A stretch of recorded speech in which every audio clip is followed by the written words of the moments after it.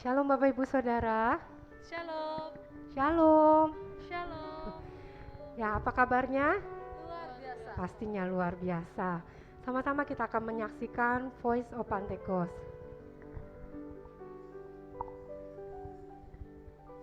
Shalom saudara terkasih, saya percaya kita semua semangat menjalani tahun yang baru ini. Dalam edisi Voice of Pentecost kali ini saya ingin menjelaskan mengapa Pentakosta ketiga memiliki dimensi yang jauh lebih besar dari peristiwa Azusa Street. Memang ini akan berbicara sedikit sejarah, tapi jangan alergi dulu saudara, karena ini penting sekali. Karena sudah lebih dari 1 abad, maka saksi mata yang menyaksikan langsung betapa dahsyatnya pencurahan Roh Kudus yang terjadi di Azusa Street sudah meninggal. Dan kita hanya dapat mengetahuinya dalam catatan-catatan peristiwa serta bukti sejarah pada waktu itu. Salah satunya yang ditulis dalam buku 100 peristiwa penting dalam sejarah kekristenan. Tercatat bahwa harian Los Angeles Times hari Rabu tanggal 19 April 1906 memberitakan sebuah pertemuan diadakan di sebuah pondok yang hampir rubuh di Azusa Street. Dan para pengikut doktrin-doktrin yang mengerikan ini mempraktekkan upacara-upacara paling fanatik, mengkhotbahkan teori-teori liar, dan memaksakan mereka sendiri dalam keadaan kegembiraan yang tidak waras dengan semangat mereka sendiri. Nah saudara, publisitas negatif semacam ini malah sesungguhnya membantu mengumpulkan massa. William Seymour tiba di Los Angeles di bulan Februari tahun 1906. Dan dia mulai berkhotbah serta membangun pelayanannya di Azusa Street. Penantian akan pencurahan Roh Kudus terjawab. Dan pada bulan April dalam sebuah ibadah, Roh Kudus tercurah dan orang mulai berkata-kata dengan bahasa yang baru. Sebenarnya pernah ada beberapa orang berbahasa lidah yang muncul dengan tiba-tiba di negara itu dan di Eropa pada tahun-tahun silam. Tetapi Azusa Street merupakan ledakan terbesar. Gerakan yang diawali oleh William Seymour ini kemudian melanda dunia, melampaui etnis, suku, ras, dan dikenal dengan gerakan atau aliran Pentakosta. Inilah yang kita beri istilah sebagai Pentakosta kedua. Setiap hari Minggu kita memperkatakan bersama-sama. Pentakosta ketiga adalah pencurahan Roh Kudus yang dahsyat di zaman now, melebihi yang terjadi di Azusa Street. Pernyataan ini bukanlah sekedar pernyataan iman semata, apalagi klaim sepihak dari gembala sidang atau gembala pembina. Pernyataan ini terkait dengan 2 aspek. Yang pertama, aspek historis. Pada tahun 1909, William Seymour pernah tercatat bernubuat, dalam 100 tahun yang akan datang akan ada kebangunan rohani lain seperti yang terjadi di Azusa, dan kemuliaan Shekinah akan kembali. Dan kegerakan Allah tersebut akan lebih besar dan lebih luas dari yang terjadi di Azusa. Tidak hanya terjadi di satu tempat atau kepada beberapa orang saja, melainkan akan menjangkau seluruh dunia. Dan kegerakan itu tidak akan berakhir bahkan sampai kedatangan Tuhan. Amin. Haleluya. Dengan menyampaikan secara gamblang dan terbuka nubuatan yang beliau terima, menjadi bukti bahwa pernyataan Pentakosta ketiga lebih dahsyat dari yang terjadi di Azusa Street bukanlah klaim sepihak dari pihak kita, melainkan sudah menjadi janji, rencana, dan kehendak Tuhan.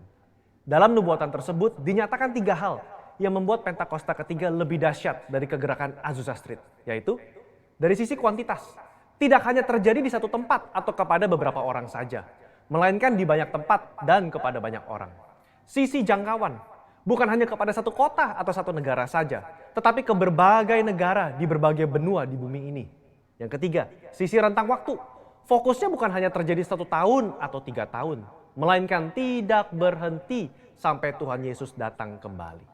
Aspek yang kedua yaitu aspek teologis atau biblikal. Alkitab kita menyebutkan istilah hujan awal atau yoreh terkait musim menanam dan hujan akhir, malkos, yang terkait dengan musim menuai, sebagaimana yang kita temukan dalam ayat-ayat berikut ini. Berdasarkan prinsip hujan awal dan hujan akhir, dapat kita pahami bahwa hujan awal pencurahan Roh Kudus mengawali kelahiran gereja. Dan hujan akhir pencurahan Roh Kudus mengawali penuaian jiwa terbesar dan terakhir sebelum kedatangan Tuhan Yesus yang kedua kali. Hujan akhir pencurahan Roh Kudus jauh lebih dahsyat daripada hujan awal.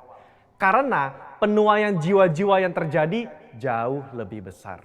Bradley Truman Knoll dalam bukunya berkata, konsep hujan akhir memberikan struktur kepada kisah kegerakan Pentakosta kita bahwa akan datang pencurahan Roh Kudus yang dahsyat sebelum kedatangan Tuhan Yesus kali yang kedua. Kita sekarang berada di era di mana hujan akhir itu sedang dicurahkan. Tujuan dari hujan akhir ini memiliki dua sisi, yakni pemberitaan Injil Kerajaan kepada seluruh dunia di mana kita menjadi saksi dan mempersiapkan berkas tuaian untuk siap dituai. Haleluya. Jika kita memperhatikan aspek historis dan aspek teologis di atas, kita memiliki dasar untuk mengatakan bahwa gerakan Pentakosta ketiga terjadi dalam dimensi yang jauh lebih besar dari Azusa Street. Ini merupakan sebuah hak istimewa bagi kita semua yang hidup di generasi ini. Jadi, jangan sampai ketinggalan. Jadilah utusan Pentakosta ketiga, the messenger of the third Pentecost, dimanapun saudara berada. Untuk penjelasan lebih lengkapnya dari tim teologi kami, jangan lupa buka link yang ada di atas atau scan QR Code yang tersedia. Tuhan Yesus memberkati. Amin. Mari sama-sama kita bangkit berdiri. Terima kasih Tuhan Yesus. Terima kasih Tuhan, Engkau selalu baik di dalam hidup kami Tuhan. Terima kasih buat kasih setiamu Tuhan. Pagi hari ini kami rindu untuk menyembah Engkau lebih lagi Tuhan. Kami mau menyembah Engkau di dalam roh dan kebenaran Tuhan. Terima kasih Bapa.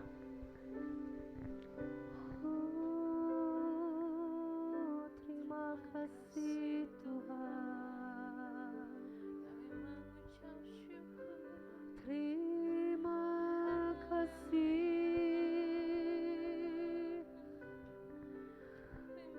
Kami bersyukur Tuhan.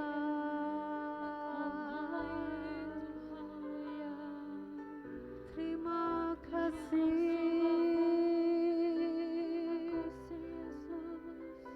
Engkau baik Tuhan.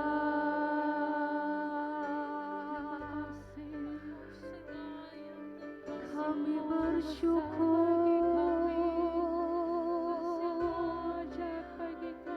Kami sembah Engkau. Kami tinggikan nama Terima kasih Tuhan.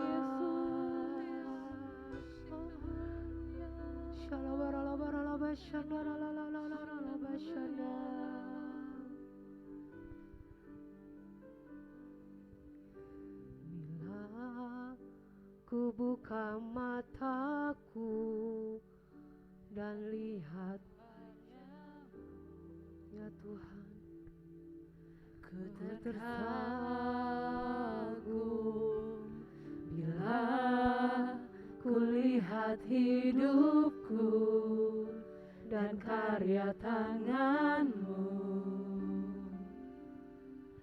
Ku tersanjung karena semua yang baik dalam hidupku, itulah karya-Mu. Kau beri kesempatan yang baru dan ku ingin mengenal-Mu Tuhan lebih dalam dari semua yang ku kenal. Tiada kasih yang melebihi-Mu, ku ada untuk menjadi penyembah-Mu. Siang hari ini kami ada Tuhan untuk menjadi penyembah-Mu. Ku buka mataku dan lihat wajah-Mu. Sungguh kami terkagum Tuhan. Ku terkagum bila ku lihat hidupku dan karya tangan-Mu. Ku tersanjung karena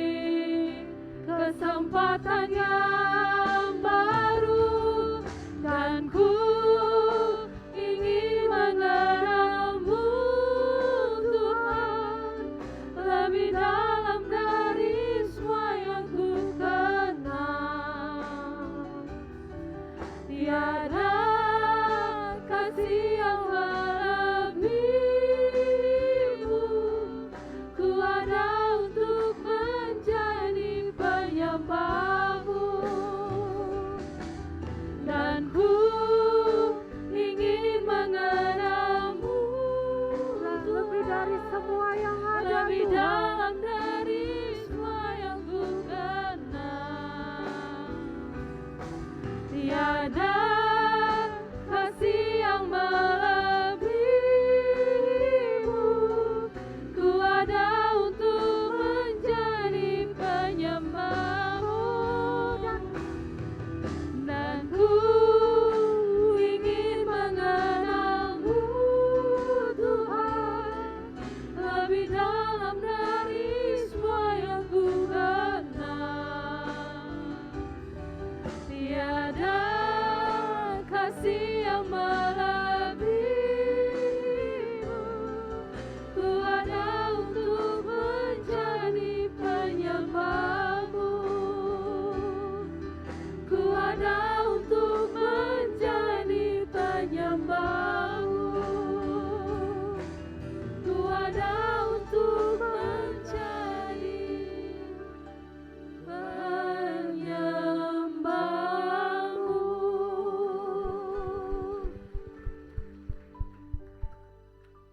Mari kita bersama-sama mendeklarasikan Pentakosta ketiga. 1, 2, 3. 1. Pentakosta ketiga adalah pencurahan Roh Kudus yang dahsyat di zaman ini, melebihi yang terjadi di Azusa Street. 2. Pentakosta ketiga akan mengakibatkan penuaian jiwa yang terbesar dan yang terakhir sebelum Tuhan Yesus datang kembali. 3. Pentakosta ketiga akan membangkitkan generasi Yeremia, yaitu anak-anak muda yang dipenuhi Roh Kudus, cinta mati-matian kepada Tuhan Yesus, tidak kompromi terhadap dosa, dan akan bergerak untuk memenangkan jiwa. 4. Pentakosta ketiga lahir di Indonesia yang bergerak ke bangsa-bangsa. Gerakan ini dari timur ke barat dan akan kembali ke Yerusalem. 5. Pentakosta ketiga akan memberikan kuasa untuk menyelesaikan amanat agung, dan setelah itu Tuhan Yesus datang kembali. Haleluya, tepuk tangan buat Tuhan. Bapak, terima kasih buat hari yang indah ini. Kami boleh berkumpul di tempat ini. Betapa ajaib perbuatan-Mu bagi kami, Tuhan. Sepanjang minggu yang kami lalui, Engkau setia, melindungi, menyertai, serta memberkati kami berlimpah-limpah. Hari ini Tuhan, kalau kami boleh ada di tempat ini, kami tahu semua hanya karena kemurahan Tuhan. Betapa Engkau baik bagi kami, Tuhan. Sungguh ajaib perbuatan-Mu. Terima kasih Tuhan, Kau layakkan kami boleh beribadah pada siang hari ini Tuhan. Kami mau mempersembahkan yang terbaik bagi Tuhan. Kami mau memuji menyembah-Mu dalam roh dan kebenaran. Mempersembahkan korban syukur yang terbaik bagi Tuhan. Seluruh keberadaan kami, roh, jiwa, tubuh kami, bahkan apapun yang kami miliki Tuhan, semua kami persembahkan kepada Tuhan untuk menyenangkan hati Tuhan. Terima kasih Bapa, kami serahkan ibadah ini ke dalam tangan-Mu dari awal sampai akhir. Roh Kudus yang beracara, biarlah kemuliaan-Mu Kau nyatakan di tempat ini Tuhan. Hadirat-Mu memulihkan setiap kami. Setiap kami mengalami perjumpaan dengan Engkau ya Tuhan. Urapi kami semua, urapi hamba-Mu yang Kau utus untuk menyampaikan kebenaran firman-Mu, sehingga kami boleh dikuatkan, dihibur, disembuhkan oleh firman-Mu, bahkan diubahkan oleh firman-Mu. Kami pulang dari tempat ini, kami semua dipulihkan, kami semua diberkati, kami semua berubah. Terima kasih Tuhan, kami tahbiskan ibadah ini hanya di dalam nama Tuhan Yesus Kristus yang siap melayani Tuhan. Katakan bersama-sama. Amin. Amin. Tepuk tangan buat Tuhan. Haleluya. Sekali lagi shalom. Shalom. Berapa banyak siang hari ini yang siap memuji nama Tuhan? Kita mau tinggikan nama Yesus, amin. Sebab nama itu berkuasa. Nama itu yang sudah membebaskan setiap kita. Nama itu yang memberikan kita kemenangan. Boleh kasih sorak-sorak buat Tuhan. Haleluya. Mari sama-sama kita bertepuk tangan.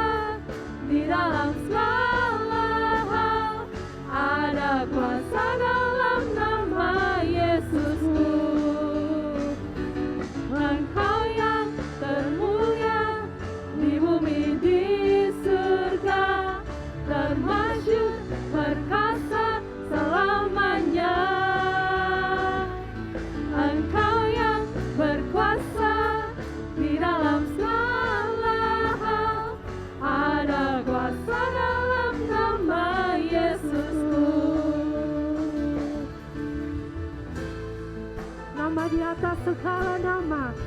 Namanya Yesus. Dia yang telah membebaskan setiap kita. Haleluya. Nama di atas segala nama, nama yang telah membebaskanku. Segala kuasa tunduk pada nama itu, Yesus Tuhan segala Tuhan. Nama di atas segala nama, Nama yang telah membebaskan kita. nama yang telah membebaskanku. Amin. Segala kuasa tunduk pada nama itu, Yesus Raja segala raja. Engkau yang termulia, Engkau yang termulia di bumi di surga, termasyhur perkasa selamanya. Engkau yang berkuasa di dalam segala hal, ada kuasa dalam nama Yesusku. Engkau yang termulia di bumi di surga, termasyhur perkasa selamanya. Engkau yang berkuasa di dalam segala hal, ada kuasa dalam nama Yesusku. Ada kuasa di dalam namanya. Ada kuasa dalam nama Yesusku. Ada kuasa dalam nama Yesusku. Haleluya. Mari sama-sama umat kita Tuhan. Mari kita sorakan haleluya. Haleluya. Haleluya. Haleluya. Kita sama-sama percaya bahwa nama Yesus, nama yang memberikan kita kemenangan. Amin. Silakan duduk kembali.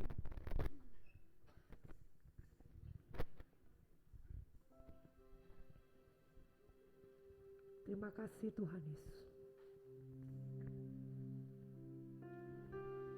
Engkau baik bagi setiap kami Tuhan. Siang hari ini kami mempersembahkan hidup kami Tuhan. Kami mempersembahkan tubuh kami Tuhan. Sebagai persembahan yang hidup, yang kudus, dan yang berkenan kepadamu Tuhan. Karena itulah ibadah kami yang sejati. Kami rindu untuk menyembah Engkau lebih lagi Tuhan.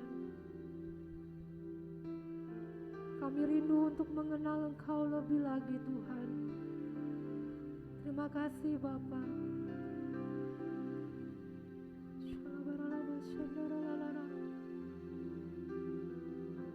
Haleluya.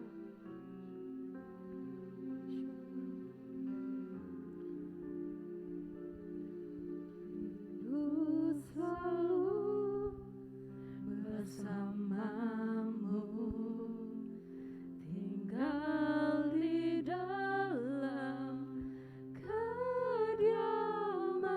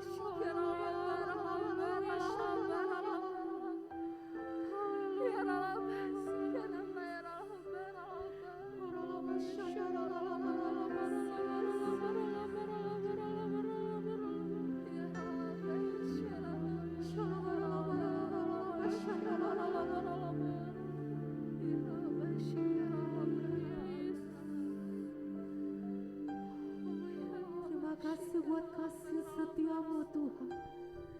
Thank you, Lord Jesus. Terima kasih buat segala kebaikan-Mu Tuhan, Terima kasih. yang tak pernah habis-habisnya di hidup kami Terima Tuhan. kasih Tuhan. Ya Rabbi. Ini hidup kami Tuhan. Ya Kami mau Rabbi. persembahkan hanya bagi-Mu Tuhan.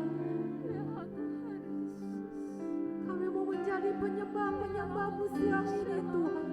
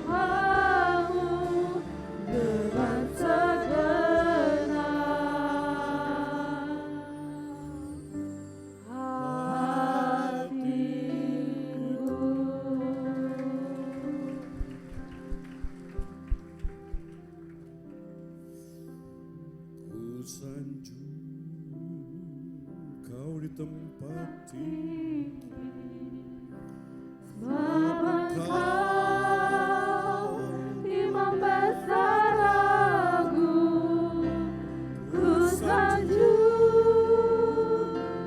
Kau lebih dari yang lain,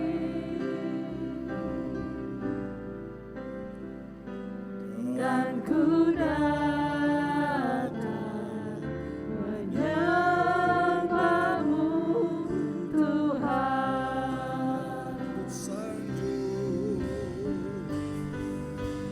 Ku sanjung Kau di tempat tinggi, sebab Engkau Imam besar agung, ku sanjung Kau lebih dari yang lain, dan ku datang menyembahmu Tuhan,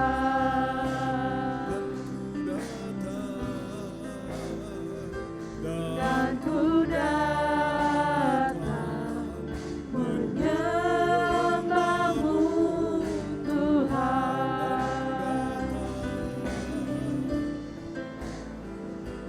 dan ku datang menyembahmu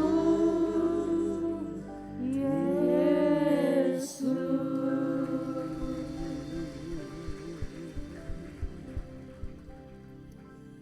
Inilah hidup kami ya Tuhan, sesuai dengan kebenaran firman-Mu dan nyanyian yang kami angkat, mengungkapkan ibadah kami, baik pribadi, komunitas, bergereja.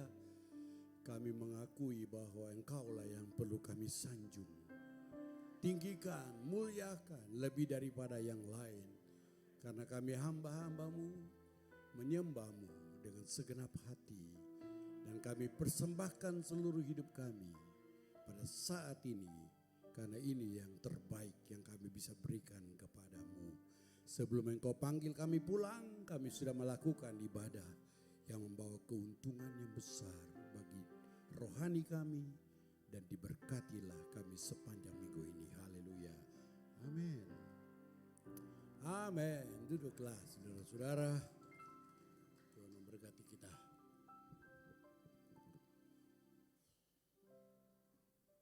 Thank you.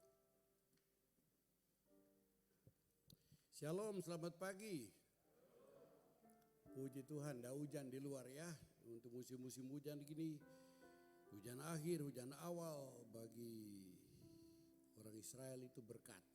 Bagi kita malapetaka kali ya. Mari kita buka bersama-sama dari 1 Timotius pasal 6 ayat 6 sampai 10, dan tadi saya sedikit menjelaskan dari ayat 6 tentang merasa cukup memberikan keuntungan besar. Poinnya adalah ibadah. Kita baca 1, 2, 3. Memang ibadah itu kalau disertai rasa cukup memberi keuntungan besar. Sebab kita tidak membawa sesuatu apa ke dalam dunia, dan kita pun tidak dapat membawa apa-apa keluar. Asal ada makanan dan pakaian cukuplah. Tetapi mereka yang ingin kaya terjatuh ke dalam pencobaan, ke dalam jerat, dan ke dalam berbagai-bagai nafsu yang hampa dan yang mencelakakan, yang menenggelamkan manusia ke dalam keruntuhan dan kebinasaan. Karena akar segala kejahatan ialah cinta uang. Sebab oleh memburu uanglah beberapa orang telah menyimpang dari iman dan menyiksa dirinya dengan berbagai-bagai duka. Amin, duduklah. Ini duduk, berdiri, duduk, berdiri. Capek enggak?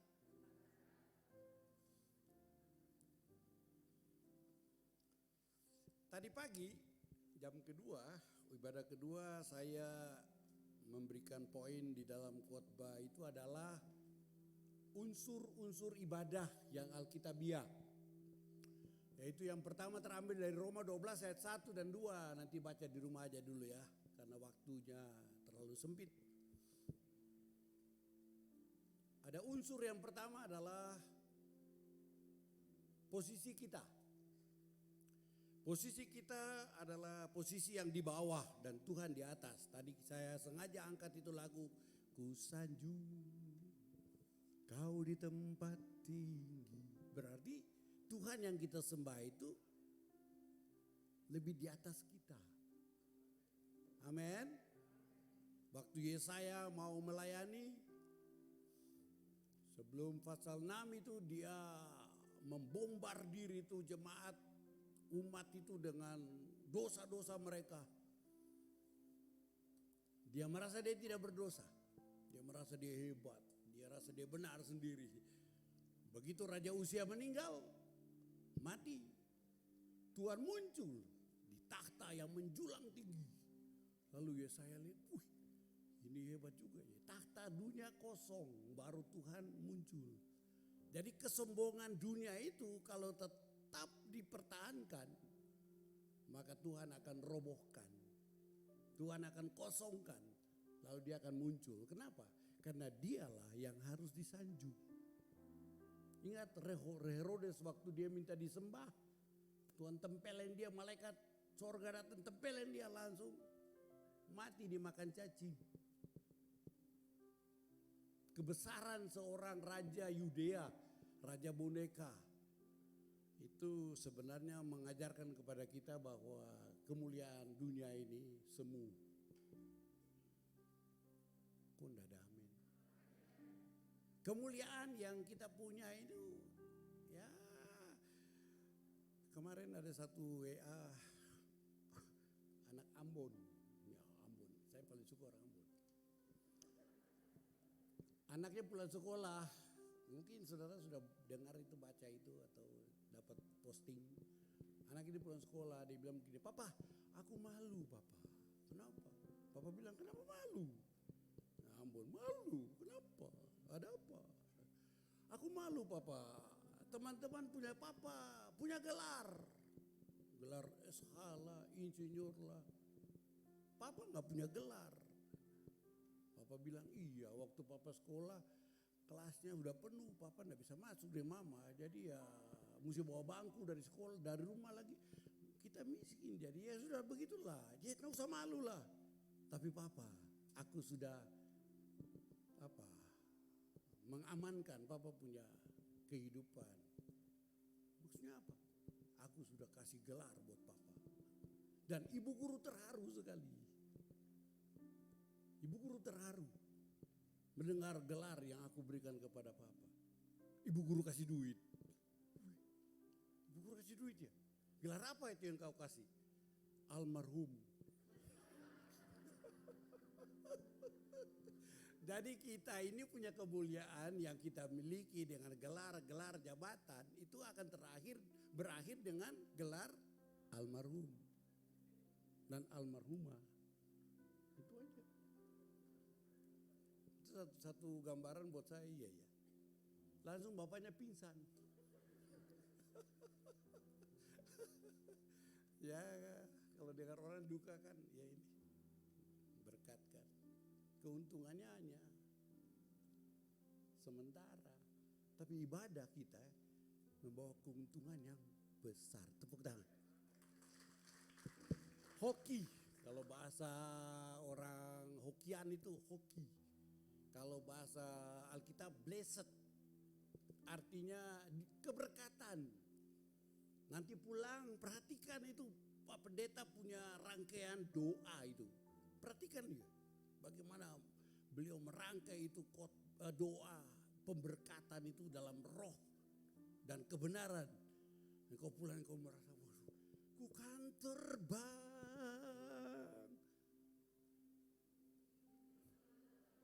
Iya dong. Nanti ya perhatikan. Kadang-kadang doa berkat enggak diperhatikan. Kok lama amat nih doanya. Ya itu Itu kerugian yang besar. Sudah capek-capek memberi persembahan lagi pulang. Pulang kayak apa ya? Makan apa ya? Bodoh sekali. Jangan. Mari kita lihat bagaimana unsur ibadah ini. Yang pertama, kita di bawah, Tuhan di atas. Amin. Berarti kita semua adalah hamba-hamba Tuhan. Dan hamba itu biasanya selalu bekerja. Dan bekerja itu disebut dalam kategori bergereja itu melayani. Amin. Makanya ada pelayan-pelayan Tuhan. Ada pengerja. Pengerja itu pelayan enggak? Ya pelayan juga, tapi pengerja itu dalam kategori kata dasarnya kerja. Jadi pelayanan itu adalah kerajinan, kesetiaan di dalam mengatur kegiatan-kegiatan yang Tuhan tempatkan kita dengan porsi-porsi yang berbeda-beda. Tadi ada yang dayang-dayang itu dari sorga itu tadi. Kemudian ada gantian lagi. Itu beda-beda. Itu semua adalah pelayanan. Amin. Lalu kita semua diajak memuji Tuhan. Kita juga sedang menjadi worship leader dan singer. Jangan melihat yang 3 orang di sini aja. Kalau 3 ini tidak ada kita tidak menyanyi. Ya salah, nyanyi sendirilah sudah. Ya kan? Halo. Jadi kalau hamba itu harus ada aktivitasnya. Yang benar. Harus ada kegiatannya. Kegiatan itu disebut pelayanan. Kalau begitu kita semua adalah orang-orang yang rajin dan diberkati. Firman Tuhan berkata, yang malas tidak akan diberi makan. Belajarlah dari semut. Itu kitab Amsal loh bilang. Alkitab bilang. Berarti kita sebagai hamba-hamba Tuhan yang melayani, yang rajin seperti ini pasti diberkati. Amin. Karena Tuhan itu yang memiliki semuanya. Dia akan memberkati kita. Karena kita setia dengan hal-hal yang Tuhan berikan. Yang kedua, bahwa waktu kita melayani ada sesuatu yang kita persembahkan. Tadi waktu dalam ibadah ini kita persembahkan waktu kita, tenaga kita, berdiri duduknya kita, lalu kemudian suara kita. Apalagi nanti persembahan kita. Apalagi share kita dengan berbagai pengalaman. Waktu kita nyanyi itu adalah kesaksian semua. Jadi itu bukan sekedar mengisi kekosongan untuk dengar khotbah, bukan. Itu adalah unsur-unsur ibadah yang perlu kita tumbuh kembangkan sebagai persembahan. Kalau begitu, tidak ada satupun di antara kita yang tidak memberi persembahan. Ulang. Karena kita berpikir tentang persembahan itu uang. Ya enggak lah. Enggak.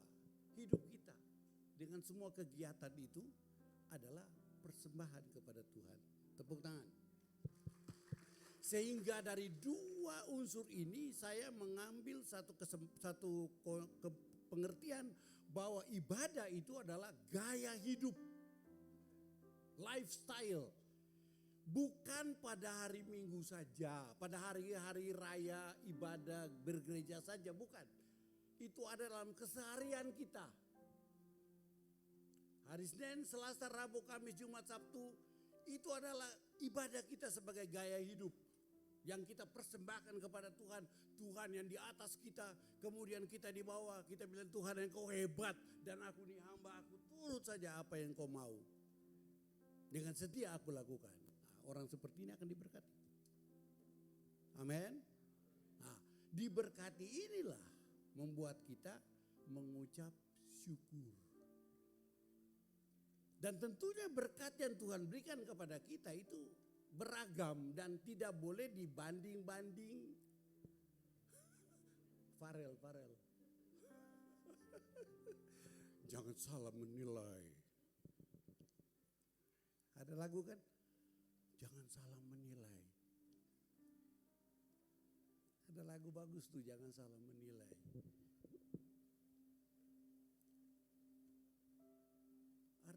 kita tidak boleh merasa, oh dia baru datang ibadah di sini 2-3 bulan diberkati. Dapat mobil baru, ganti baru. Saya sudah bertahun-tahun dari tahun 71, mobilku cuma gelen.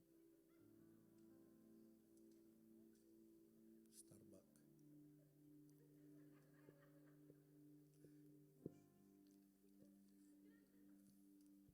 Rahasia.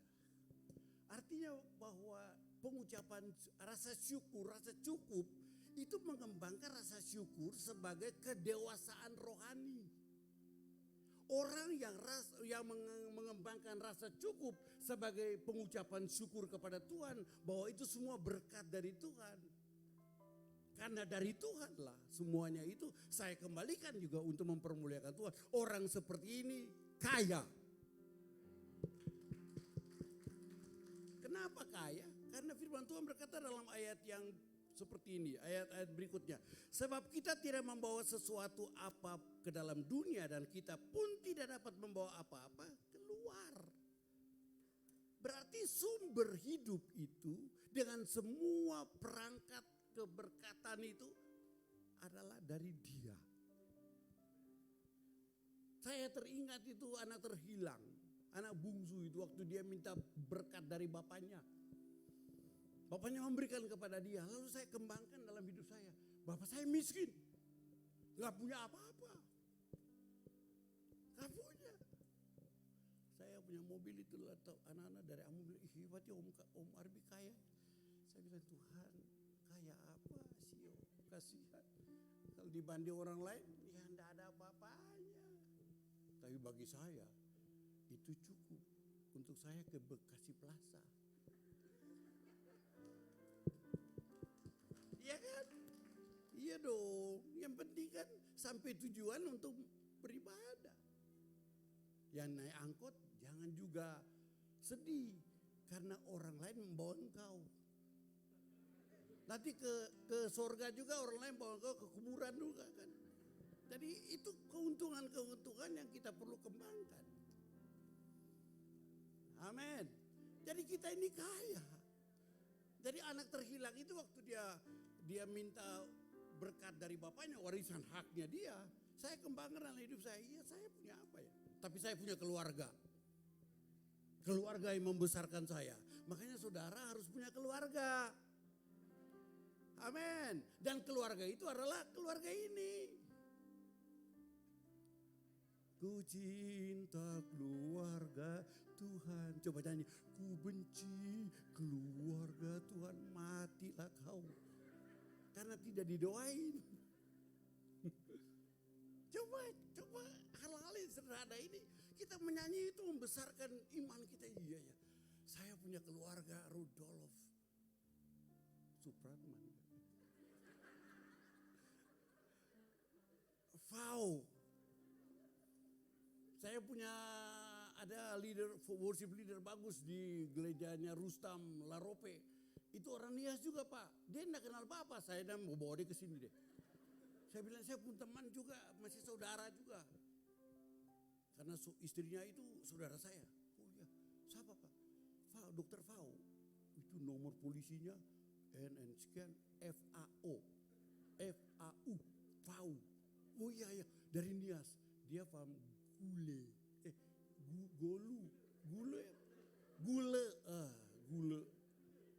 Gule.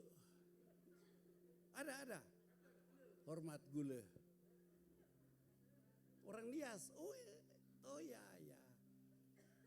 Wah saya begitu dengan orang Nias. Wah lompat pagar. Buka kalahkan musuh dan melompat tembok. Wah, mereka itu orang Nias. Pemenang. Keluar sebagai pemenang. Itu kekayaan. Keluarga. Jadi saudara harus punya keluarga. Karena keluarga itu akan menopang saudara. Saya ini dalam keluarga Haspers. Kita ada 9 orang, tinggal saya sendiri. Kemarin keponakan ketemu. Makan-makan di Telaga Sempirium situ. Om Arbi sendiri ya sekarang ya. Iya tapi saya tidak sendiri, saya dengan Tuhan Yesus. Tuhan Yesus bilang, siapa yang melakukan kehendak Bapa, dialah saudaraku laki-laki, dialah saudaraku perempuan, dialah keluarga anak-anak Tuhan. Nah, bagaimana saya bisa merasa yatim piatu? Karena Roh Kudus juga akan menyegarkan jiwaku. Amin. Penghibur, penghibur. Kaya sekali saudara. Lalu lingkungan, sekolah, itu kekayaan semua. Lingkungan RT RW. Saya RT RW sekarang saya lagi kembangkan di dalam mengatur ibadah keluarga, lingkungan. Mereka angkat saya jadi penasehat tokoh agama lah dalam pengertian begitu. Tadi saya mau pergi, Pak Pendeta doa dulu. Mereka lagi senam. Saya ingat senam jasmani itu apa katanya? Berguna tapi tidak untuk kekekalan. Ibadah itu berguna karena mengandung janji. Janjimu seperti fajar. Terus. Aduh, tanggung nih menyanyinya. Jadi saya memanfaatkan lingkungan itu sebagai kekayaan yang bisa saya tumbuh kembangkan. 3 hari ini setelah saya pergi ke Bintaro ke cucu, 3 hari ini saya makan dengan mereka. Karena di pos itu ada proyek kecil, ibu-ibu masak. Pak Pendeta, makan. Saya bilang, Debbie enggak usah go food. Ada makanan dari Raja Ahab. Oh kalau enggak baca Alkitab enggak tahu itu. Jadi Tuhan tuh kirim makanan dari luar juga. Jadi 3 hari ini saya makan kenyang. Ibu-ibu masak sayur asam, nasi liwet, nasi kucing enggak. Lingkungan juga harus dipahami sebagai kekayaan. Amin. Amin. Lalu apalagi sekolah saudara, pendidikan, kampus-kampus. Lalu pada akhirnya negara kita ini juga adalah kekayaan rohani yang memberkati kita. Amin. Tetapi saya mau fokus gereja adalah sarana di mana Tuhan memberkati kita. Karena di situ ada doa-doa yang naik kepada Tuhan untuk saudara-saudara. Dengan semua pergumulan yang beragam, yang riwet, yang ribet, yang segala macam. Itu semua adalah Tuhan paling tahu. Sehingga waktu kita beribadah, kita merasa ada keuntungan yang besar. Tapi disertai dengan rasa cukup. Rasa cukup ini saudara-saudara, saya mau tadi pagi saya sampaikan 2. Yaitu rasa cukup bisa, kalau kita tidak bijaksana, akan membuat kita mandek, stuck di dalam ibadah, dalam mengatur gaya hidup. Yang pertama, ya sudahlah, beginilah, ya begitulah. Tidak mau berusaha lagi. Ada orang berpikir begini, biar miskin di dunia, asal masuk surga. Pertanyaan saya, betul masuk enggak? Kalau enggak masuk, cilaka. Mendingan kaya di dunia,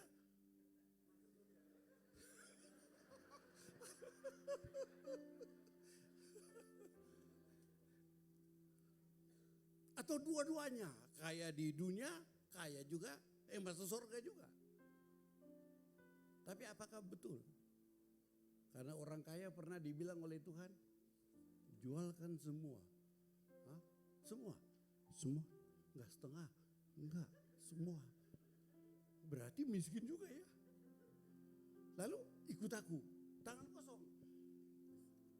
Ku tak membawa apapun juga. Sudah, nanti capek. Yang kedua, rasa cukup juga tadi bisa membuat kita terpacu untuk menjadi lebih baik, semakin baik, dan semakin berkenan kepada Tuhan. Contoh, minggu ini ya 10.000 saja Tuhan. Besok diberkati. Tuhan kasih berapa nih? 10.000. Tuhan bilang, dapat berapa tadi? 500.000. Ya kasih lebih dong. Hah? Rasa cukup kan? Rasa cukup bisa membuat kita stuck, tetapi bisa juga memicu kita. Saya mau memberi hidup saya lebih kepada Tuhan. Saya ini datang 7 jenderal, polisi, dokter, segala macam. Akhirnya mereka kembali. Ruben, tolong doakan saya. Ini ada ini. Baru tahu ya. Saya diperlukan. Padahal dulu saya pikir, aduh mereka hebat. Perkembangan proses Tuhan, saya yang bahagia sekali. Mereka sudah ada yang prostat, ada yang ini, ada itu. Ada yang sudah pulang juga. Nah tahu kemana tuh. Saya masih. Jadi saya pikir bahwa hidup saya ini memang keuntungannya karena rasa cukup bisa membawa saya mengucap syukur atas semua yang Tuhan berikan.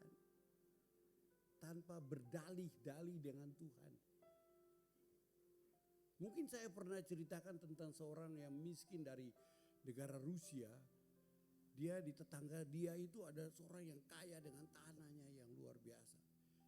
Dia lihat kok tanahnya besar begitu, kok udah kasih sedikit lah. Tiap hari dia ngotot terus nyindir nih. Dia kepingin lebih banyak lagi. Akhirnya orang kaya yang tadi punya tanah yang luas itu bilang, "Sini sudah. Mau dapat yang banyak tanah yang dari aku. Mulai kita start dari sini, matahari terbit, kemudian sampai matahari terbenam, kamu harus kembali ke tempat ini, itulah tanahmu." Dia pikir, dari start dari sini, jalan terus, lalu kembali lagi sini, itu semua yang kau jalani tanahmu. Enak kan? Saudara tahu, begitu dia berjalan mulai dari jam 7, sampai jam 6, jam 7, jam 8, jam 9, jam 10, jam 12. Tanah sudah luas. Dia turun jam 3 sore matahari udah terbenam. Makin jauh kan. Jam 4, jam 5 dia mau kembali lagi. Sudah terlalu jauh. Dia lari dia begitu cepat. Begitu sampai di titik mulainya putus nafas. Apa yang dia dapat? Apa yang dia dapat? Ini orang yang serakah. Dia kepingin melebihi dari yang lain. Akhirnya Tuhan tuh baik ya. Tuhan kasih kita tuh berkat. Sudah cukup dengan apa yang kita bisa kelola untuk memuliakan Dia. Karena nanti dengan memburu uang, kata firman Tuhan, engkau akan terjebak dengan berbagai macam pencobaan. Amin. Nah, untuk poin kedua ini saya kembali kepada rasa syukur. Memberikan kita, mengembangkan kepada kita sikap setia kepada hal yang kecil. Ayatnya di sini.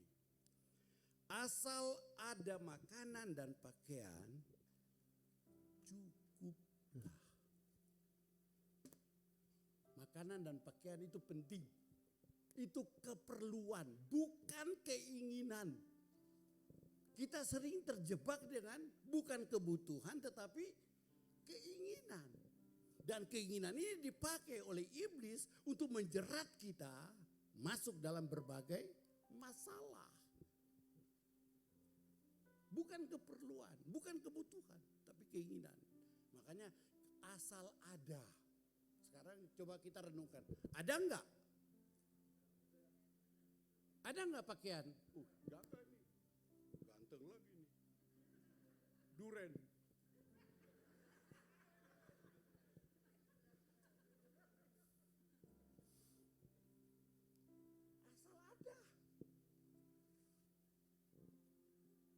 Makanan dan pakaian, berarti semua diberkati.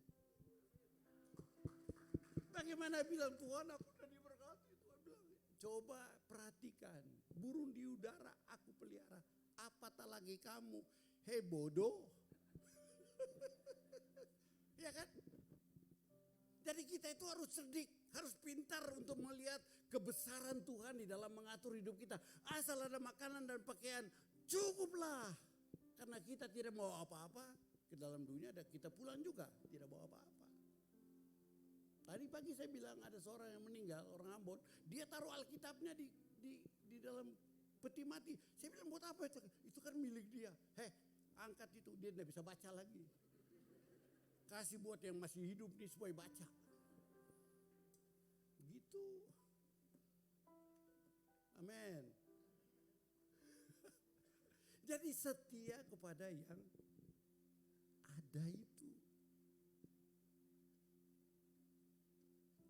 Setia kepada istri, kepada suami, kepada... Kok Bapak mulai senyum-senyum nih, kenapa dia? Setia kepada anak-anak. Saya ke cucu kemarin, Pak jemput cucu. Oh iya, setia. Tapi enggak setia tiap kali begitu. Kamu kan punya anak, kamu tanggung jawab setiamu. Jangan saya serahkan ke saya sudah besarkan kamu, kamu kembalikan ke saya.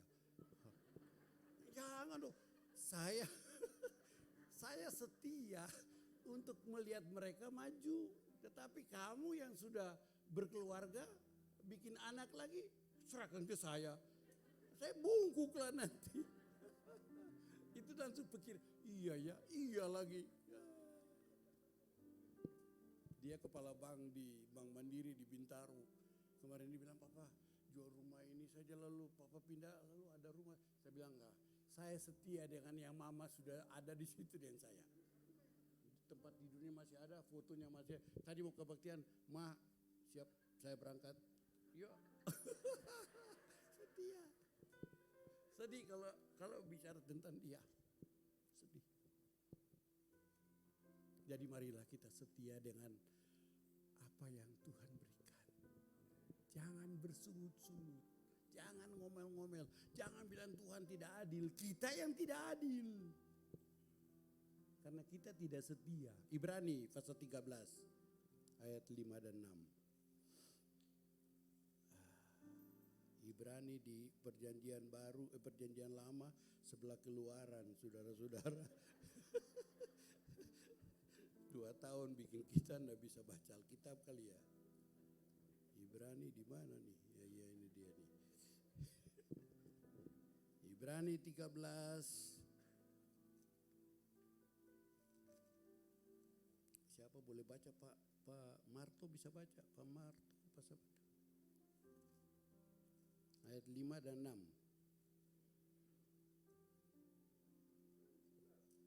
13. Ayat 5. Janganlah kamu menjadi hamba uang dan cukupkanlah dirimu dengan apa yang ada padamu. Karena Allah telah berfirman, aku sekali-kali tidak akan membiarkan engkau dan aku sekali-kali tidak akan meninggalkan engkau. Sebab itu, dengan yakin kita dapat berkata, Tuhan adalah penolongku, aku tidak akan takut. Apakah yang dapat dilakukan manusia terhadap aku? Sudah stop sampai situ. Terima kasih Pak. Nggak usah dijelaskan ya. Tuhan katakan dia setia. Nggak perlu meragukan kesetiaan Tuhan. Saudara, banjir di mana-mana. Begitu kita lihat pelangi, alangkah indahnya. Itu kesetiaan Tuhan. Dan tidak akan ada banjir. Dalam pengertian air bah untuk menutup bumi, enggak ada. Bagian-bagian tertentu aja. Dan kita di Bekasi Plaza terlindung. Duren Jaya terlindung. Cerewet makin cerewet.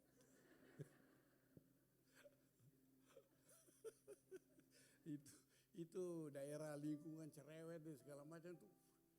Itu nama-namanya menarik juga. Ada satu gereja GSJ di situ, GSJ ceria. Saya bilang, ceria makin cerewet kali ya. Iya cerewet juga.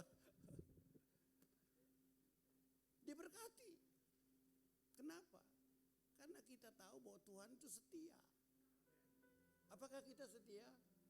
Ayo berapa banyak yang setia minggu lalu datang kebaktian, ibadah. Ini yang lain tidak datang ya, berarti 3 orang sana aja. Yang lain semua disetia. Cuma ya Tuhan tahulah Pak, enggak usah ngomong. Betul, tetapi kesetiaan kita itu harus teruji dengan mensyukuri apa yang ada pada kita. Tepuk tangan. Haleluya. Amin. Dan yang kedua, saudara-saudara, rasa cukup ini bisa menolong kita untuk lebih lebih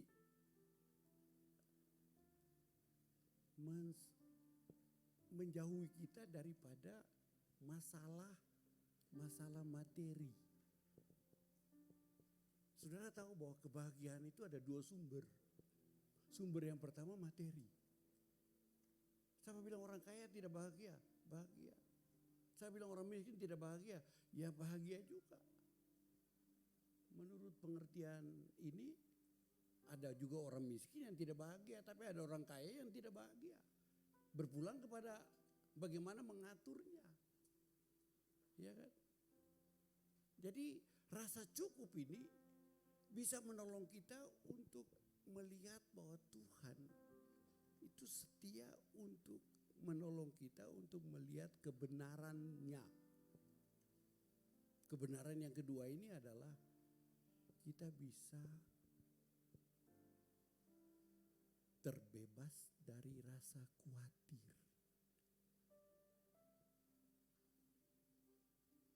Ayat yang berikutnya dari ayat itu dikatakan begini. Tetapi mereka yang ingin kaya terjatuh dalam pencobaan. Ingin kaya jatuh dalam pencobaan. Bukan masalah ingin kayanya, jatuhnya itu dalam pencobaan, itu yang berbahaya. Siapa yang tidak mau ingin kaya? Semua kan ingin kaya. Amin. Siapa yang tidak mau diberkati? Semua mau. Tapi diberkati dalam pengertian Alkitab adalah kaya dengan pengalaman-pengalaman rohani dengan Tuhan. Karena sumber pertama untuk mengalami kebahagiaan itu materi memang betul. Tapi materi itu tidak langgeng. Kekayaan itu bukan segala-galanya. Uang bukan segala-galanya. Bukan. Kemarin ada 2 orang dicor. 2 wanita dicor ya. Di mana Bekasi Utara itu. Mengerikan sekali. Itu bapak kemudian cor itu kemudian ketahuan bapak bunuh diri sekalian. Ujung-ujungnya uang. Uang bukan segala-galanya. Kebahagiaannya purna, sirna, hilang. Yang Tuhan mau adalah sikap hati. Sumber kebahagiaan yang dari dalam bukan dari luar. Dari dalam adalah rasa syukur. Pengucapan syukur, rasa berterima kasih kepada Tuhan. Lalu kemudian melihat itu sebagai bagian daripada anugerah Tuhan buat kita. Lalu kita bilang Tuhan, aku bebas dari rasa khawatir. Karena aku setia untuk mempersembahkan yang Tuhan berikan ini kepada Tuhan. Saya kembalikan semua kepada Tuhan. Karena saya datang dengan telanjang, saya juga pulang dengan telanjang. Mumpung belum dipanggil, saya persembahkan. Sederhana sekali. Ini orang hoki. Untung sekali. Jadi bebas dari rasa khawatir. Di Lukas 12 dikatakan begini. Ada seorang kaya, dia punya tanah. Aku akan begini, aku akan begini, aku akan begini, aku akan begini. Itu aku ada 13. 13 itu bagi orang dunia itu angka maut itu. Makanya hotel-hotel itu enggak ada angka kamar 13 enggak ada. 13B. 12A. Pokoknya 13 enggak ada. Kenapa ya? Kenapa ya? Why not? Angka 13. Dia bilang, aku akan begini, aku akan begini, aku akan begini, aku semua. Tuhan enggak ada. Tuhan bilang malam ini juga,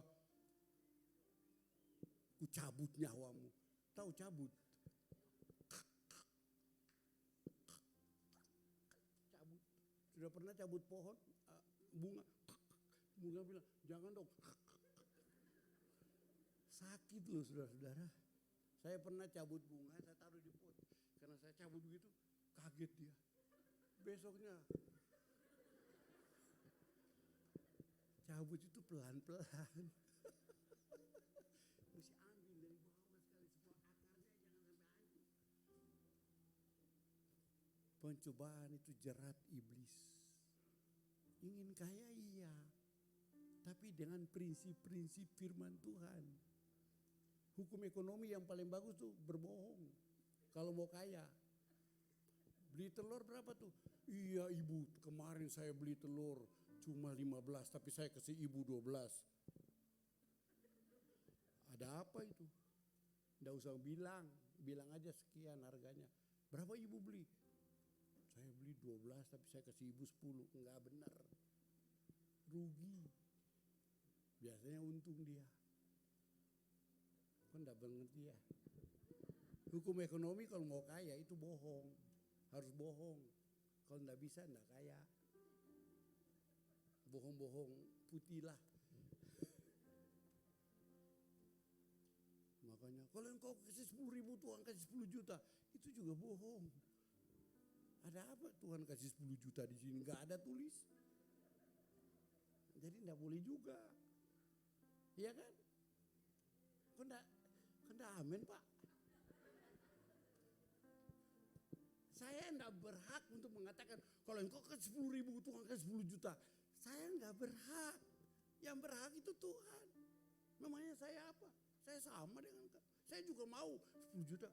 Saya juga dong. Nah, disitulah rusaknya kehidupan kita. Masuk kepada berbagai-bagai duka dan penderitaan. Ingin kaya, tapi prinsip-prinsip firman Tuhan. Yaitu ibadah memberi keuntungan yang besar. Kembangkan rasa cukup. Dengan demikian kita setia kepada perkara yang kecil. Syukur Tuhan. Ada suami, ada istri, ada anak-anak. Tapi ada ancaman juga. Tapi saya tahu Tuhan penolongku. Dia akan menolong saya dalam segala masalah. Saya akan keluar sebagai pemenang dan bangkit menjadi pemenang. Bukan yang lemah dan ditindas. Itu maksudnya. Dengan demikian kekhawatiran, kesusahan sehari. Firman Tuhan berkata cukup untuk hari ini tanggal 12 Maret. Besok 13 berkat. Dan perhatikan doa berkat dari Pak Rudolf nanti. Tuhan memberkati kita.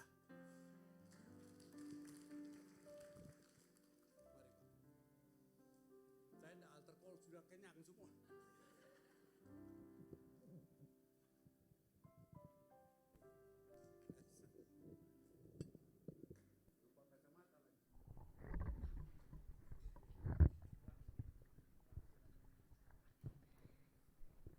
Ya, baik Bapak Ibu, kita semua diberkati oleh firman Tuhan, amin. Amin. Mari kita akan memberikan yang terbaik bagi Tuhan.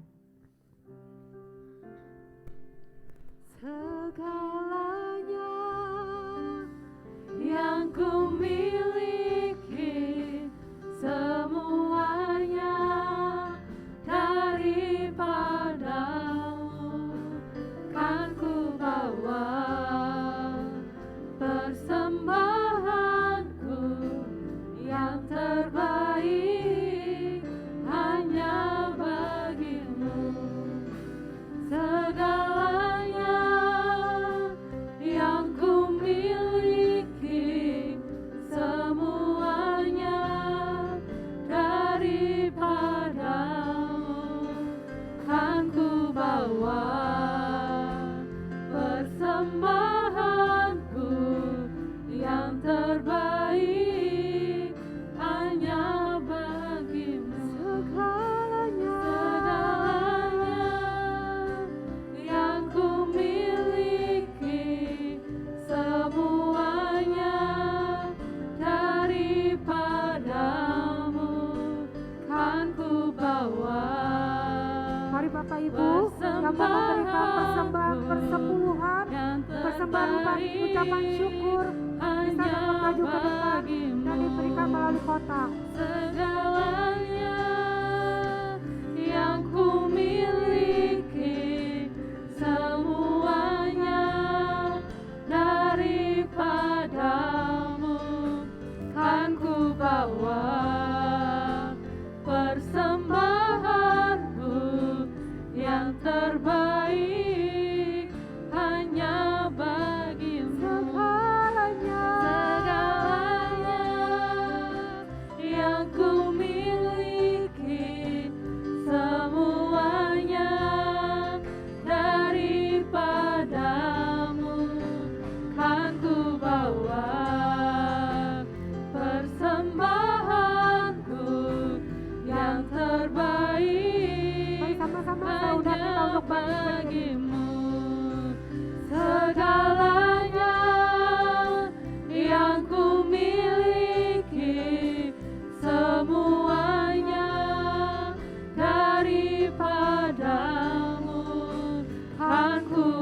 bawa persembahanku yang terbaik hanya bagimu.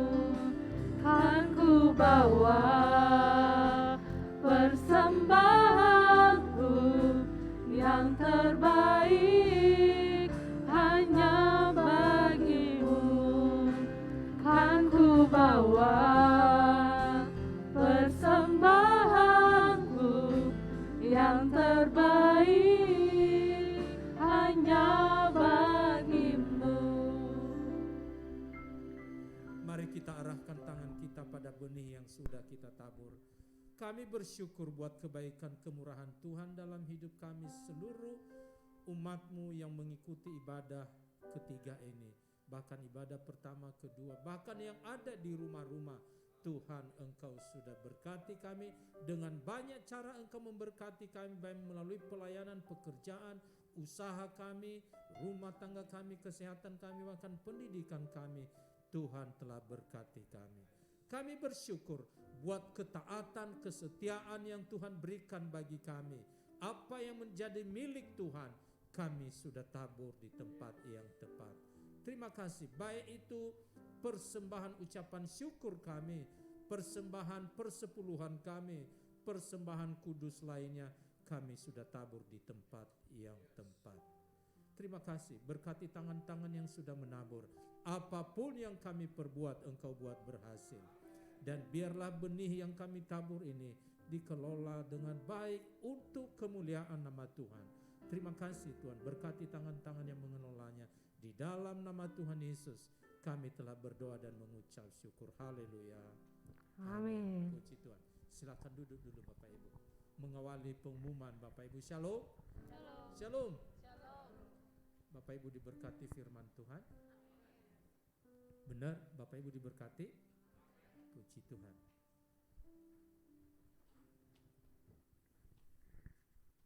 Kesetiaan itu akan ditentukan oleh waktu. Jangan bilang sekarang saya setia, nanti besok tidak setia. Itu boleh-boleh saja. Itu tidak boleh. Setia itu sampai kapan? Setia itu sampai kapan? Iya, puji Tuhan. Itu sesuai dengan perjalanan waktu. Saya percaya Tuhan yang memampukan kita. Terima kasih buat hambanya Bapak Pendeta Ardi. Dan tentu kita juga semua diberkati ya. Ini mengawali pengumuman Bapak Ibu. Nanti minggu depan saya akan jelaskan ini apa yang disampaikan oleh Bapak Gembala Pembina kita, ya, apa yang harus kita lakukan. Itu menara doa itu sudah dimulai 24 jam. Tapi kita di Bekasi Plasanya belum 24 jam. Baru 4 jam.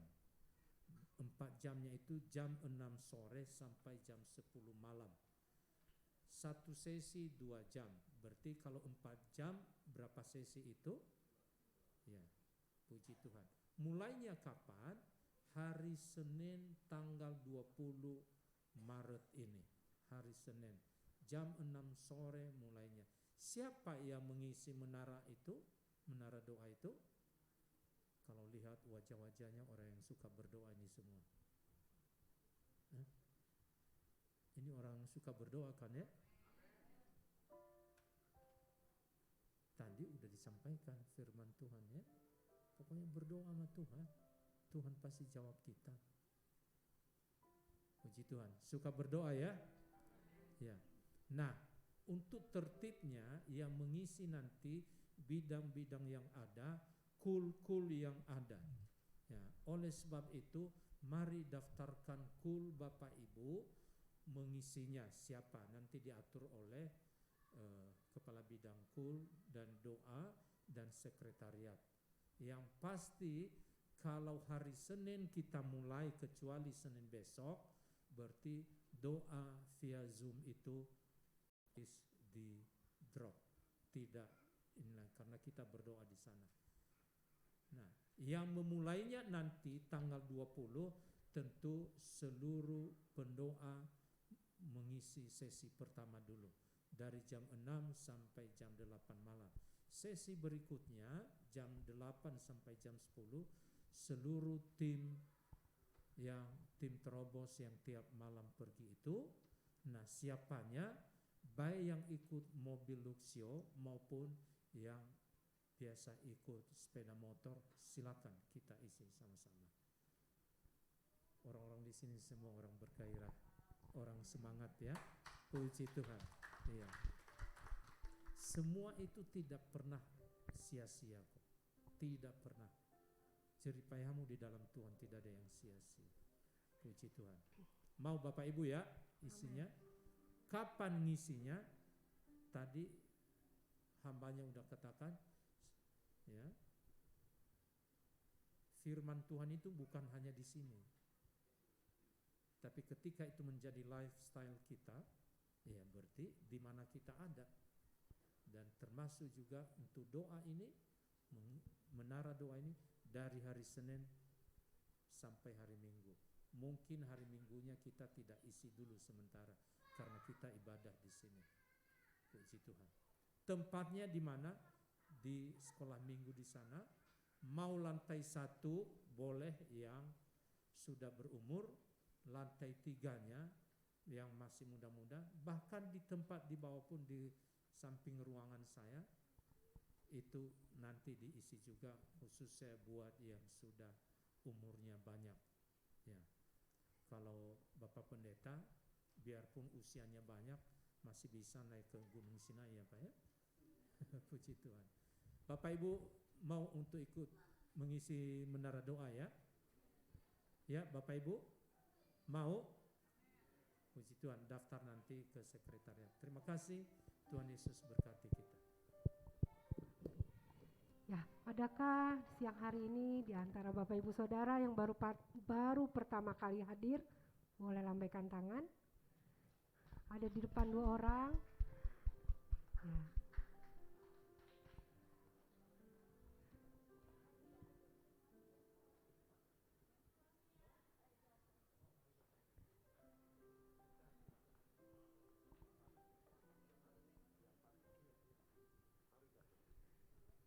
Kami mengundang Bapak Ibu untuk dapat ikut ibadah lagi di minggu depan ya.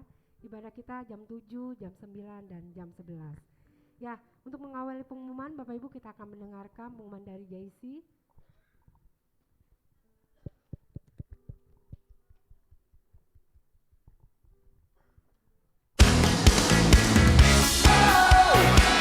Shalom semuanya. Kita ada pengumuman penting nih. Jadi, JCGB Bekasi Plaza akan mengadakan Summer Camp 2023. Kira-kira tanggal berapa tuh, Kak? Nah, untuk tanggalnya itu 29 Juni sampai 1 Juli ya, teman-teman. Kira-kira di mana tuh tempatnya, Kak? Untuk tempatnya berlokasi di Villa Vere Puncak Bogor nih, teman-teman. Akan ada Shalom semuanya. Kita ada pengumuman penting nih. Jadi, JCGB Bekasi Plaza akan mengadakan Summer Camp 2023. Kira-kira tanggal berapa tuh, Kak? Nah, untuk tanggalnya itu 29 Juni sampai 1 Juli ya, teman-teman. Kira-kira di mana tuh tempatnya, Kak? Untuk tempatnya berlokasi di Villa Vere Puncak Bogor nih, teman-teman. Akan ada berbagai macam acara menariknya nih, seperti games, ibadah bareng, dan fellowship dengan teman-teman JC lainnya loh. Untuk harganya sebesar 350.000 per orangnya ya. So, buat teman-teman yang berusia 11 sampai 18 tahun, jangan lupa ikut Summer Camp tahun 2023. Untuk info selanjutnya bisa menghubungi kontak di bawah ini atau melalui Kak Steven. Jangan lupa daftar ya. Kita tunggu kehadirannya. See you and God bless you.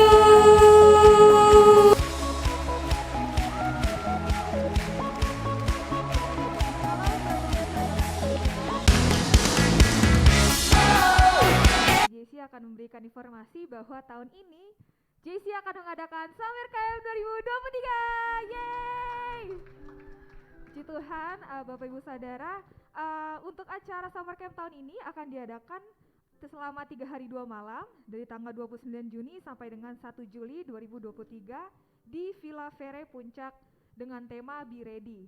Untuk biaya per anak 350.000. Kami mengharapkan Bapak Ibu, Om Tante yang memiliki anak usia SMP, SMA Sederajat untuk mengajak, memperbolehkan, mengizinkan teman-teman JC sekalian untuk mengikuti Summer Camp tahun ini. Untuk pendaftaran bisa secepatnya teman-teman, dikarenakan kuota kami ini terbatas. Jadi teman-teman bisa langsung mendaftar ke aku, Kak Shannon, Kak Nadia maupun Kak Steven di stand kami di bawah. Untuk meringankan teman-teman serta om tante sekalian, kami juga membuka tabungan khusus untuk acara Summer Camp tahun ini. Jadi untuk tabungan ini dengan kelipatan 5.000, 10.000, 15.000, 20.000 dan seterusnya.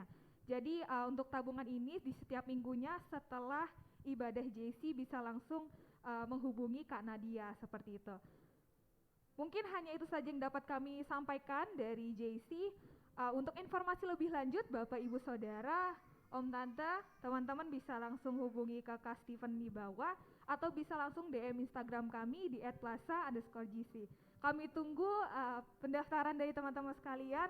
Kami mohon doa dan dukungannya dari Om Tante agar dapat terlaksana lancar acara kami Summer Camp tahun ini. Tuhan Yesus memberkati kita semua. Sampai jumpa teman-teman semua. Terima kasih. Shalom. Ya, selanjutnya kita akan mendengarkan video dari ibadah Padang Jumat Agung.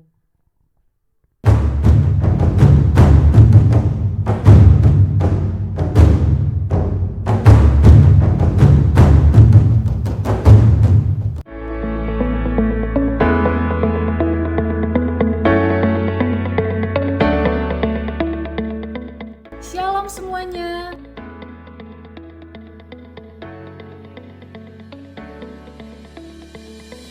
Puji Tuhan, GBI Bekasi Plaza tahun ini akan mengadakan ibadah Jumat Agung di Taman Mini Indonesia Indah.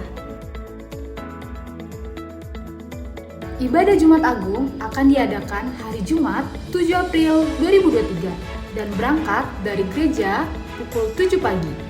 Biaya pendaftaran untuk usia 2 tahun ke atas sebesar 60.000. Bapak Ibu dihimbau untuk berangkat menggunakan bus yang telah disediakan. Pendaftaran dapat dilakukan melalui KUL atau stand sekretariat gereja di lantai 1. Untuk info lebih lanjut, dapat menghubungi Ibu Lina Siswanto. Terima kasih, Tuhan Yesus memberkati.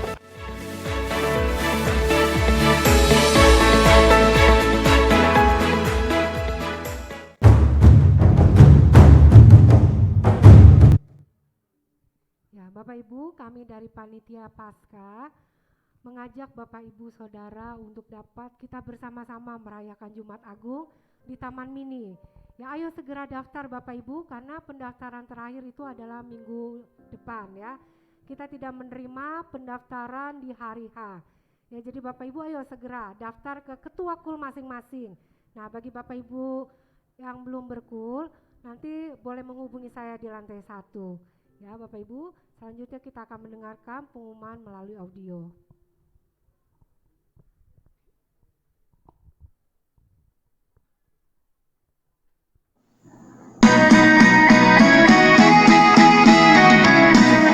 Peganglah tanganku Roh Kudus setiap hari. Shalom Aleichem, salam sejahtera kami ucapkan kepada Bapak Ibu Saudara sekalian yang dikasihi Tuhan Yesus Kristus. Sebelumnya kami atas nama pengerja dan seluruh jemaat GBI Bekasi Plaza mengucapkan terima kasih pada pembicara yang telah menyampaikan kebenaran firman Tuhan. Kiranya Tuhan Yesus memberkati dengan berlimpah-limpah. Berikutnya akan kami sampaikan beberapa pengumuman. Mohon perhatian Bapak Ibu Saudara untuk menyimak pengumuman yang sudah kami rangkum untuk 1 minggu ke depan.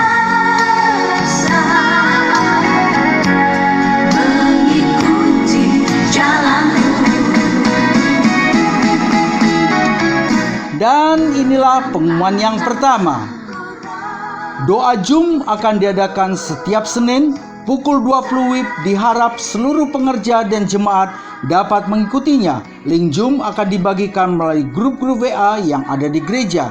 Yang kedua, doa puasa akan diadakan pada Rabu 15 Maret 2023 pukul 10 pagi di tempat ini. Kami mengundang Bapak, Ibu, Saudara untuk dapat hadir dan berdoa bersama. Yang ketiga, doa APT Asa Street Prayer Tower akan diadakan setiap Rabu pukul 18 WIB melalui Zoom. Link Zoom akan dibagikan melalui grup-grup WA yang ada di gereja. Untuk kali ini, doa APT akan dipimpin sepenuhnya dari GBI Bekasi Plaza. Diharap seluruh pengerja dan jemaat dapat mengikutinya. Yang keempat, KUL bersama WB dan UMAS akan diadakan pada Kamis 16 Maret 2023 pukul 10 pagi di tempat ini. Kami mengundang seluruh kaum wanita dan umat untuk dapat menghadirinya. Yang kelima, doa pagi akan diadakan pada Sabtu 18 Maret 2023 pukul 5 pagi di tempat ini. Seluruh pengerja khususnya yang melayani di hari Minggu seperti diaken, diakones, imam musik, pendoa, guru sekolah minggu, asher, kolektan, multimedia diwajibkan untuk hadir. Yang keenam, saudara, akan kembali dibuka kelas KOM 100 dengan tema pencari Tuhan dan KOM 200 dengan tema pelayan Tuhan. Bagi Bapak, Ibu, Saudara yang rindu mempelajari firman Tuhan dapat mendaftar dengan menghubungi sekretariat dengan Ibu Lina atau melalui kantor pelayanan jemaat di lantai 1. Yang ketujuh, bidang WBI dan UMAS akan mengadakan pelayanan kesehatan atau posyandu berupa cek tensi, gula darah, asam urat, kolesterol, dan konsultasi dengan dokter yang akan diadakan pada Kamis 30 Maret 2023 pukul 10 pagi di tempat ini. Dikenakan biaya sebesar 35.000 per orang. Semua jemaat boleh mengikutinya, khususnya jemaat wanita dan jemaat lanjut usia atau usia emas boleh mengikutinya. Pendaftaran dapat menghubungi pengurus WBI dan UMAS di lantai 1. Yang kedelapan, yang terakhir saudara, ibadah Padang Jumat Agung akan diadakan pada Jumat 7 April 2023 bertempat di Taman Mini Indonesia Indah, Anjungan, Kalimantan Barat, untuk biaya sebesar Rp60.000 per orang. Anak usia 2 tahun ke atas sudah membayar full. Harga tersebut sudah termasuk tiket masuk ke Taman Mini dan transportasi bus. Diharap membawa makan siang masing-masing dan menggunakan dress code KUL masing-masing. Pendaftaran dapat menghubungi gembala KUL masing-masing, dan untuk gembala KUL dapat menyerahkan form pendaftaran ke panitia dengan menghubungi Bapak Ricardo atau Ibu Lina. Pendaftaran ditutup pada Minggu 19 Maret 2023. Demikianlah pengumuman, dan akhirnya perkataan hikmat dari Tuhan untuk minggu ini adalah: kerja keras itu wajib, kaya itu hasil, miskin hanya kondisi sementara, namun hidup sederhana adalah sikap. Renungkanlah perkataan ini, saudara pasti diberkati Tuhan dengan berlimpah-limpah. Selamat berhari Minggu, sampai bertemu minggu depan, tetap mematuhi protokol. Ya, shalom Bapak Ibu, kita akan mengakhiri ibadah raya kita yang ketiga ini. Kita bangkit berdiri, kita naikkan pujian Kami Memuji Kebesaran-Mu. Kami memuji kebesaran-Mu, ajaib Tuhan, ajaib Tuhan. Kami memuji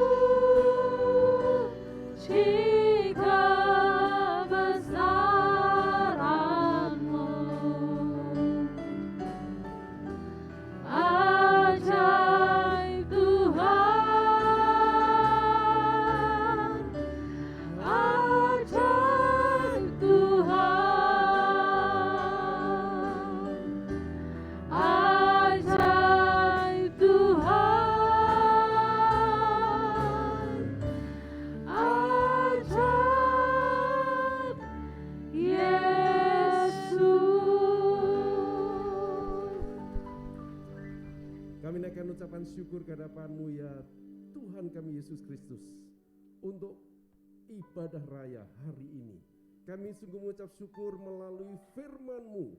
Engkau berbicara bahwa ketika ibadah disertai dengan rasa cukup, maka ibadah itu menjadi berkat bagi kami.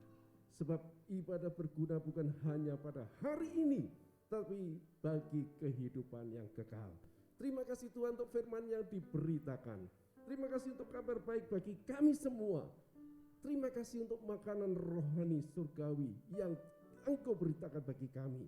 Supaya kami terus tumbuh berkembang, menjadi dewasa dalam iman, menjadi dewasa dalam rohani kami, menjadi semakin serupa dengan Kristus. Terima kasih Tuhan, berkati hamba-Mu Bapak Pendeta Benyamin Ruben. Tuhan menolong supaya pelayanannya Engkau pakai, Engkau menyertai di dalam pelayanannya dimanapun juga Tuhan. Engkau pakai untuk menjadi berkat di dalam nama Tuhan Yesus. Kami juga berdoa khususnya untuk pelayanan hamba-Mu Bapak Pendeta Rudolf Fau, beserta dengan istri, beserta dengan anak menantunya. Tuhan sertai pelayanannya di tempat ini, bahkan bersama dengan ketiga wakilnya, Pak Yeskiel, Pak Ipung, demikian juga Bapak Tobing. Tuhan pakai mereka dalam unity untuk membawa seluruh jemaat-Mu di tempat ini, Gereja Bekasi Plaza ini, untuk menjadi umat yang layak di hadapan-Mu, menjadi pengantin yang kudus, yang tak bercacat dan yang tak bercela di hadapan-Mu Tuhan.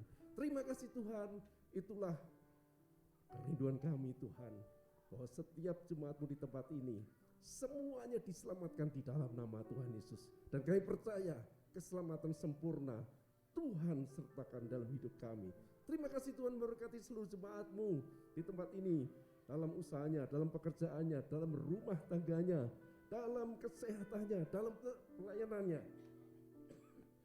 Tuhan menyertai, sehingga di dalam setiap kehidupannya mereka adalah saksi-saksi yang hidup. Di sekolah, di tempat bekerja, dimanapun juga kesaksiannya menjadi kesaksian yang hidup. Terima kasih Tuhan. Kami berdoa dan memberkati negeri kami Indonesia. Kami berdoa untuk pemimpin presiden kami, yaitu Pak Joko Widodo. Tuhan berikan roh hikmat bijaksana. Biarlah mereka terus memimpin dan memberikan keteladanan, keadilan, kebenaran, kesetiaan, untuk memberikan teladan bagi seluruh bangsa kami Indonesia ini Tuhan. Terima kasih Tuhan, penyertaan-Mu atas bangsa kami sungguh ajaib. Engkau terus menyertai supaya di era Pentakosta ketika ini Tuhan, Indonesia juga mengalami lawatan Tuhan. Indonesia diselamatkan, Indonesia mengalami hujan pertobatan, dan kami percaya nama Tuhan ditinggikan di tempat. Terima kasih Tuhan, terima kasih. Kami teringat dan berdoa Tuhan, khususnya Tuhan untuk gereja-gereja Tuhan di seluruh Indonesia. Tuhanlah yang menolong, Tuhanlah yang menyertai supaya seluruh gereja-gereja di Indonesia ini terus menjadi kesaksian atas bangsa kami Indonesia. Kami berdoa untuk kesejahteraan Yerusalem. Biarlah orang-orang yang mencintai-Mu mendapat sentosa. Biarlah kesejahteraan ada di lingkungan tembok-Mu dan sentosa di dalam puri-Mu. Terima kasih Tuhan, berkati Israel bangsa pilihan-Mu. Berkati mereka supaya satu kali kelak Israel boleh bertobat, Israel boleh berbalik, Israel boleh menyebut Yesus Kristus itulah Mesias yang mereka nanti-nantikan. Sehingga gereja Tuhan, baik Israel rohani, Israel jasmani, disatukan sebagai umat yang layak di hadapan-Mu ya Tuhan. Terima kasih Tuhan, sebelum kami pulang meninggalkan tempat ini, kami siap untuk menerima berkat yang disampaikan hamba-Mu bagi kami semua.